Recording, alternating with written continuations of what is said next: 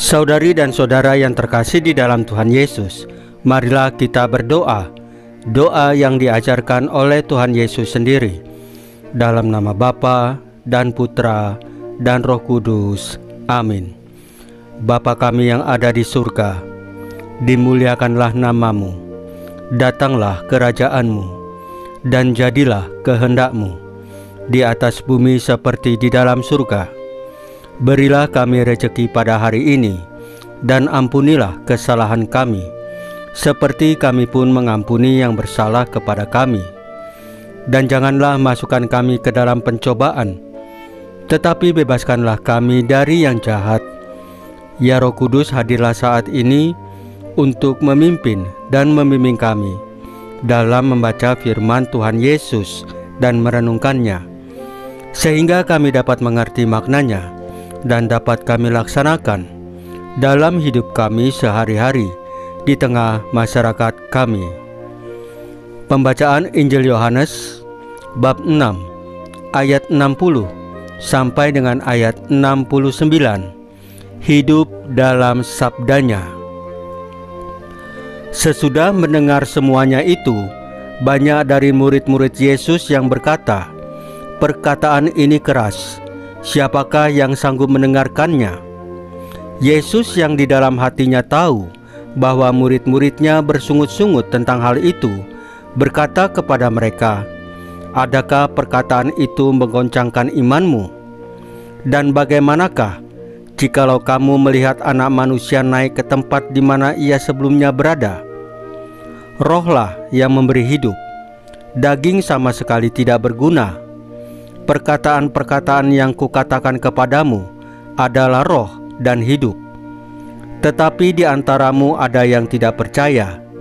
Sebab Yesus tahu dari semula siapa yang tidak percaya dan siapa yang akan menyerahkan Dia. Lalu Ia berkata, "Sebab itu telah kukatakan kepadamu, tidak ada seorang pun dapat datang kepadaku kalau Bapa tidak mengaruniakannya kepadanya." Mulai dari waktu itu, banyak murid-muridnya mengundurkan diri dan tidak lagi mengikuti Dia. Maka kata Yesus kepada ke-12 muridnya, "Apakah kamu tidak mau pergi juga?" Jawab Simon Petrus kepadanya, "Tuhan, kepada siapakah kami akan pergi? Perkataanmu adalah perkataan yang hidup dan kekal. Dan kami telah percaya dan tahu bahwa Engkau adalah yang kudus dari Allah."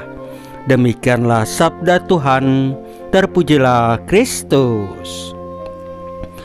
Saudari dan saudara yang terkasih di dalam Tuhan Yesus, hari ini melalui Injil Yohanes kita diajak untuk merenungkan bagaimana perjalanan iman tidak selalu mudah.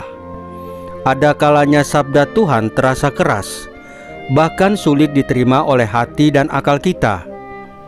Seperti yang kita dengar tadi, banyak murid Yesus memilih untuk pergi ketika mendengar ajarannya tentang tubuh dan darah sebagai makanan dan minuman sejati. Mereka berkata, "Perkataan ini keras, siapakah yang sanggup mendengarkannya?" Apa yang terjadi di sana sesungguhnya menggambarkan juga realitas iman kita hari ini.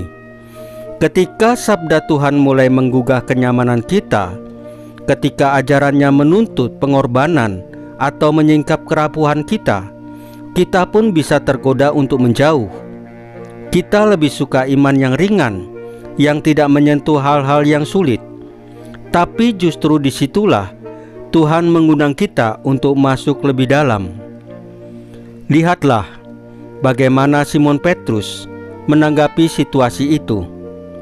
Ia tidak memberikan jawaban yang teologis atau rasional.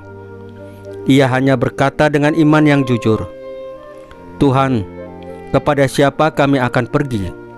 Sabdamu adalah sabda hidup yang kekal."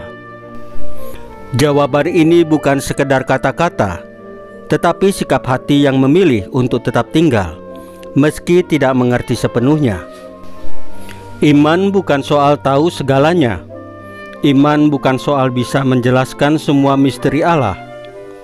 Iman adalah kesediaan untuk tetap tinggal bersama Tuhan Yesus, bahkan ketika kita belum paham seluruh kehendaknya. Dan inilah yang menjadi dasar pertumbuhan gereja. Dalam bacaan Kisah Para Rasul, kita mendengar bagaimana gereja mula-mula tumbuh dalam damai dan takut akan Tuhan.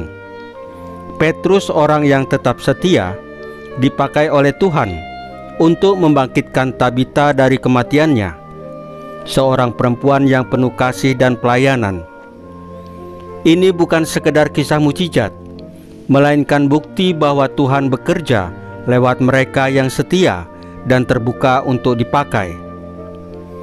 Mazmur 116 hari ini pun menjadi ungkapan syukur yang dalam.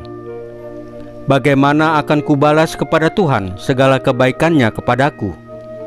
Dan jawabannya sungguh menyentuh, bukan dengan upaya besar atau prestasi, melainkan dengan mengangkat piala keselamatan, yakni hidup yang dipersembahkan dengan penuh syukur. Sebab bagi Tuhan tidak ada yang sia-sia ketika kita hidup dalam kasih-Nya. Maka hari ini kita diundang untuk merenung, apakah kita hanya mengikuti Tuhan Yesus ketika semuanya terasa mudah, atau kita bersedia tetap tinggal meskipun doa belum dijawab, meskipun hati sedang bergumul. Tuhan Yesus tidak menuntut kita untuk mengerti segala sesuatu. Yang Ia minta hanyalah kesetiaan. Karena dalam kesetiaan itulah kita akan melihat air kehidupan memancar dari tanah yang kering. Kita akan mengalami sendiri bagaimana sabdanya menguatkan, menyembuhkan, memulihkan, dan mengangkat kita dari keputusasaan. Tuhan Yesus tidak datang untuk membuat hidup menjadi lebih mudah. Ia datang supaya kita memiliki hidup, bukan sembarang hidup atau hidup tanpa makna, tetapi hidup yang kekal. Maka kepada siapa lagi kita akan pergi kalau bukan kepada Dia yang memiliki sabda kehidupan? Saudari dan saudara yang terkasih di dalam Tuhan Yesus, marilah kita berdoa. Ya Tuhan Yesus yang hidup penuh kasih, Engkau telah bersabda bahwa tubuhmu adalah makanan sejati dan darahmu adalah minuman sejati. Meski sering hati kami ragu dan pikiran kami terbatas, namun kami datang kepadamu dengan iman yang sederhana, yaitu kepada siapa kami akan pergi. Sabdamu adalah sabda hidup yang kekal. Ajarlah kami untuk tetap tinggal bersamamu, terutama saat hidup terasa berat. Salam Maria, penuh rahmat, Tuhan sertamu. Terpujilah engkau di antara wanita, dan terpujilah buah tubuhmu Yesus. Santa Maria Bunda Allah, doakanlah kami yang berdosa ini, sekarang dan waktu kami mati. Ya Tuhan Yesus, tambahkanlah iman kami hanya kepadamu saja, karena hanya Engkaulah Tuhan dan Juru Selamat kami satu-satunya, tidak ada yang lain. Dalam nama Bapa dan Putra dan Roh Kudus. Amin. Saudari dan saudara yang terkasih di dalam Tuhan Yesus, bacaan firman dan renungan hari ini sudah selesai. Tuhan Yesus memberkati kita semua.